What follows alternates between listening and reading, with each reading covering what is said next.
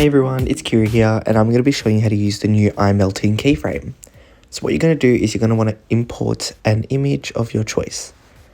Then select it, then go to keyframe and find the new eye melting keyframe. Now what this basically does is does the eye melting all for you. So instead of now having to basically do it yourself, it comes as a keyframe, which is very, very helpful. So progress, what it does is basically moves it from the eyes down the screen.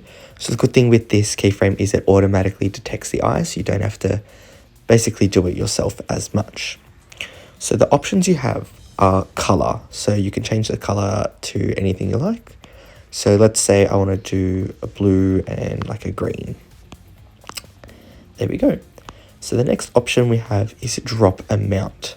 So this basically adds the amount of drops coming from the eye. So as you can see, when it's fully increased, there's one up here and then a whole bunch down here. But when you decrease it, it goes down to just one. So I like it a bit more because it looks a bit nicer. And then the last effect there is random, which just basically randomizes the drop looks. So what I'm going to do is just add a keyframe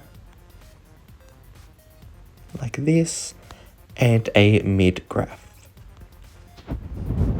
Then what you can also do after this now is you can add different effects to make it nice if you want to just make that part of your edit, or you can implement that into an edit. But that's how you use the eye melting keyframe. Thanks for watching.